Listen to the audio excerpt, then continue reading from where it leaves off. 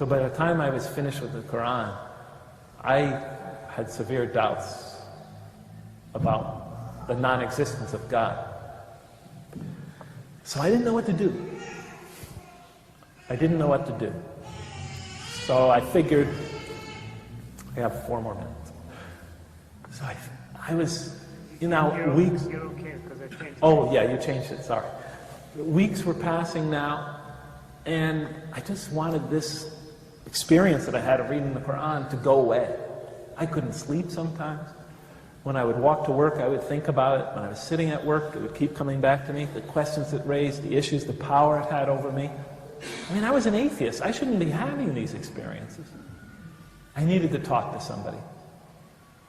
And I couldn't talk to the family that had adopted me, because it was clear they didn't have much knowledge of religion.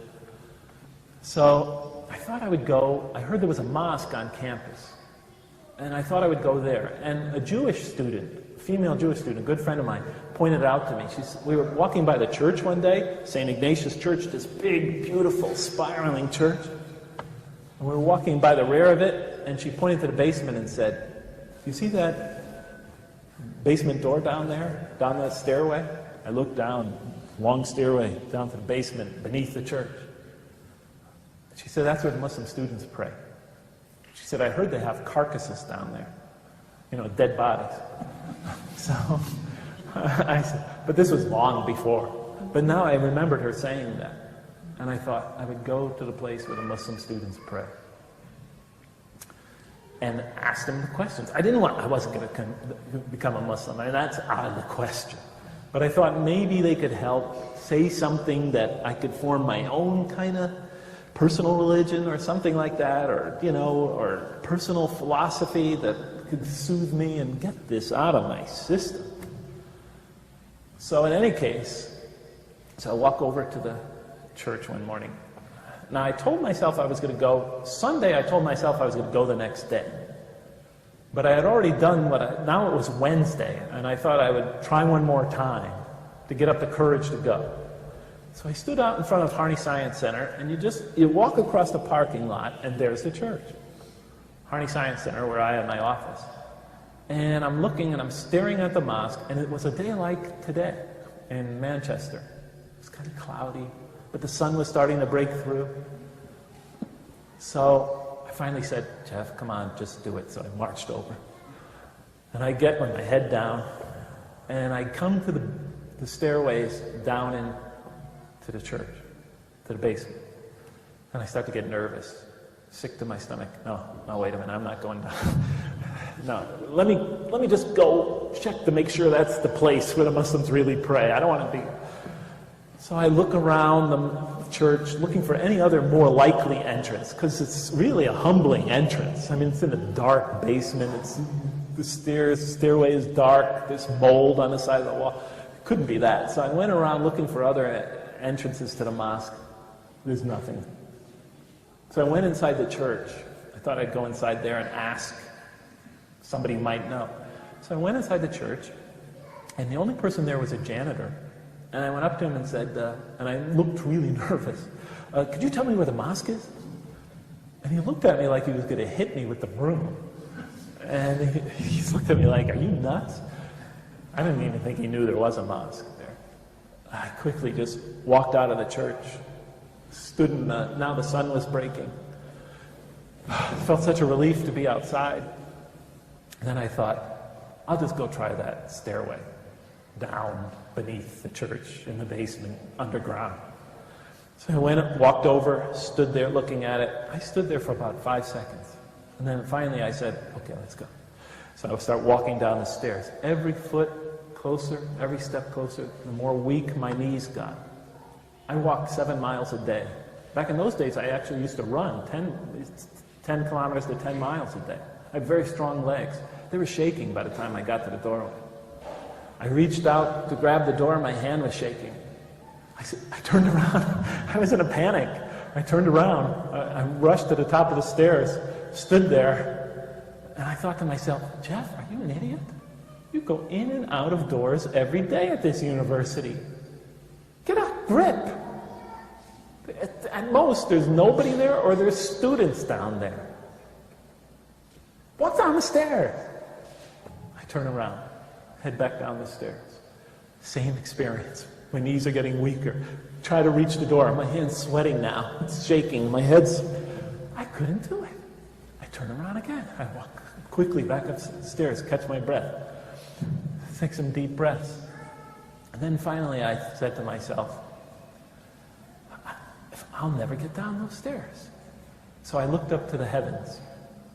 I don't know why we human beings do this, but we often do this in this sort of situation. I looked up to the heavens, and it was majestic and beautiful. The clouds were dissipating, the sunlight was starting to shine through them. I looked up to the heavens, and it made something I hadn't made in many years, a voluntary prayer. And I said, oh God, if you are really there, because I wasn't quite sure, give me the strength to go down those stairs and go inside that door. And then I stood waiting. I was waiting for a sign. I would have settled for anything. A bolt of lightning, a bird land on my shoulders, an earthquake. San Francisco, we have earthquakes all the time. I would have taken it. I'm waiting for some sort of sign. What an idiot I am, but it's true. I was waiting for a sign. No sign. I turned around, walked down the stairs, put my hand on the door, pushed it open, and there were 2 students inside. And they looked at me and they said, can we help you? Immediately, I got nervous. And I started calling out names of Muslims I knew. Is Mahmoud or Omar or Suraj here? They looked at me again like the janitor upstairs. No, nobody by that name here. What's their family name? I said, Gandil? You don't know them? Of course not. They never go to the mosque. So I said, thank you for your time. I'm sorry, I must be in the wrong place. I turned around to walk away, and then one of the students, who happened to be from Malaysia, and he was wearing traditional Malaysian dress, short guy, Abdul Hanan, I'd find out his name later, he said to me, would you like to learn about Islam? I said, oh, yeah, sure. Why not? So he said, well, come on in. So I started to step in, and he said, please take off your shoes. We pray here. I thought, yeah, okay. All right. So I took off my shoes. So I walked in, and I sat down. And they said, what would you like to know about Islam? I said, well, I've been reading quite a bit about it. By that time, I had not only read the Quran, I had read several other books. And they told me, they started talking to me and saying some things, and I couldn't relate to any of it. And then finally, Abdul Hanan said, after about 3 minutes into his conversation, the other student, his name was Muhammad Yusuf, he was Palestinian, and he was dressed in Western clothing. And Abdul Hanan said to me something about how when the angels take your souls when you die, they beat them and strain them out of their carcasses. Yeah, torture them. I remember when he said that, my response was, I think I gotta go. I think I have an appointment in my office. I didn't, but I thought that was just so lame. So I was ready to leave. And just then, as I'm excusing myself, the door opens. And now the skies have cleared and the sun is going down. And it's going down right behind the door. So the person who opens the door gets silhouetted. This brilliant silhouette of a human form. But it's just not any human form. This fellow has a long beard, and he has a turban on his head, and like granny glasses. And he has a cane. And he's wearing a thobe that comes down about calf length and sandals. And I'm looking at him, and there's this biblical silhouette at the door. He looks like Moses coming out of the Sinai. And so I thought, wow, I gotta talk to this guy. So he walks inside the door, he takes off his shoes, walks inside his door, holds his hands up like this as if he's waiting for a share of something, closes his eyes and mutters something. So then he resumes his normal posture, and then he walks over. Oh, no, he says something to Muhammad Yusuf. So this fellow's also, must be an Arab then. Says something to Muhammad Yusuf. Muhammad Yusuf. This brother goes, he goes, professor. Ah. So this brother walks over. As he's walking over, they tell me, that's Brother Hassan. Brother Hassan. His name is Hassan Zara. He walks over. He's obviously some sort of big shot in the masjid. But he's a student. He's pretty young. He's in his mid-20s.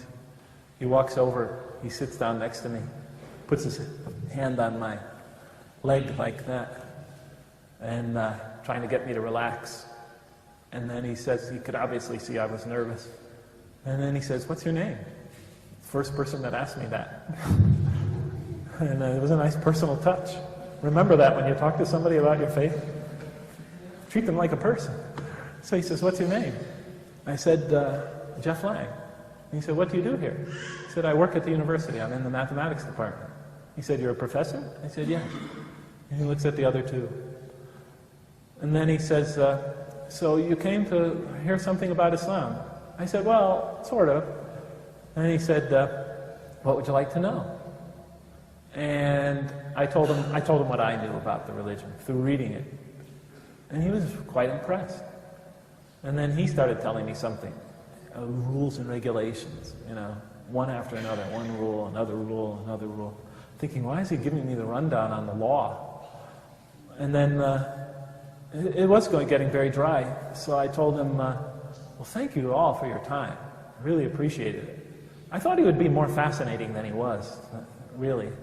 It turns out just another student with this fancy garb on. But he was a very spiritual man. But I could already sense that. But he said to me, so I told him, and I meant it this time, thank you for your time, but I really got to get back to my office now. And then he said to me, you have no other questions? And then I said, no. And I started to get up. And then I remembered one, just came to my mind. I said, can you tell me what it feels like to be a Muslim? I used to ask good questions. Can you tell me what it feels like to be a Muslim? I mean, how do you feel in your relationship to God? How do you experience it? What do you experience? And he looked at me. Turns out this guy was sort of an expert at dawah, at talking to others about his faith. He was the head in the United States of the Tablighi Jama'ah. And he was one of two heads. There were two in the United States. He was one of them, even though he was a young student. But I could tell his question caught him off guard. My question caught him off guard, because he didn't know how to answer it immediately. And then he lowered his head like this and thought for a while. And then he made another supplication. He closed his eyes, muttered something to himself. And then he started his answer to my question like this. I'll never forget it. It's as if it was both a call and a prayer. He started, Allah. And then he said, Allah is so merciful. And He loves us more than a mother loves, and the words he used, her baby child. He said, and yet, and then he said, and yet we can do nothing except by the will of Allah. When we breathe in, it is by His will. And when we breathe out, it is by His will. And when we take our foot off the ground to walk, to take a step, we'd never accomplish that except by Allah's will. And our foot would never reach the ground again except by His permission. And then he said, when a tiniest leaf falls from a tree, he wasn't even looking at me. His eyes were closed, and he was like talking to himself. When a tiniest leaf falls from the tallest tree and twists and turns on its journey to the ground, he said no segment of that journey would take place except by Allah's command. And then he said, and when we pray and put our nose to the ground, we feel a peace, a joy, a rest, a coolness. that's impossible to describe. You just have to experience it to know. And he got done. That was it. He looked disappointed. Like what I just said must not make sense. He looked disappointed. But you know, when I was listening to him, how much I wish we could trade places. So I could just know that spirituality, that yearning, that agony, that ecstasy, that yearning for his Lord. But of course, I was an American, he was an Arab. You know, I was a Western, I was an atheist. Of course, it was impossible. And then he said to me, because now I really was going to leave, he said to me, so would you like to become a Muslim? I looked at him like, are you nuts? I looked at him and said, no. I laughed. No, thank you. Actually, my hands were sweating, the back of my neck was getting wet, I felt panic, I felt my whole body getting hot, but I laughed it off. I said, no, not today. It's not for me. I just came to ask some questions. And then he looked at me, you know, like he was looking through me. He said, I think you believe in this. Why don't you just try? And when he said that, before he said that, I could see my friends laughing at me. I could see myself trying to explain it to my mother, how I became a Muslim. I could see people stumbling over explanations to old friends of mine. Some of them were dead by now. But, you know, all these voices and heat rushing through my body. But when he said that, you know, I think you believe in it. Why don't you just try? Suddenly I just calmed down. I didn't feel anything anymore, just blank. And then I remembered my words my mom used to tell me. My mom used to tell me, son, if you believe in something, it had nothing to do with religion. If you believe in something, and you believe it really, truly in your heart, you should pursue it wherever it takes you, even if all of humanity is against you. And she said that was something about, that's a very German thing, because my parents are German, but everybody believes it anyway. So in any case, I remembered it, and I got comforted from it, and I looked at the three brothers there. Now there were two more that came in, Rossley and another brother from Malaysia. And I looked at them all the brothers there, 5 now, and I told them, yeah, I think I'll become a Muslim. And you should have seen their faces. They looked like the Apollo engineers after the first successful moon landing. You know, they were all congratulating each other and smiling, and a couple of them were, you know, hugging each other. It was an amazing reaction. I thought that they just had become Muslims. And just then the door opens, and another brother, biblical-looking brother, comes in the door, dressed just like Brother Hassan. He comes in, he's burly though, he looks like Burl Ives. I don't think you know who that is. An old American singer, big burly guy, sort of like Santa Claus. And his name is Mustafa, and they say, Mustafa, the brother wants to become a Muslim.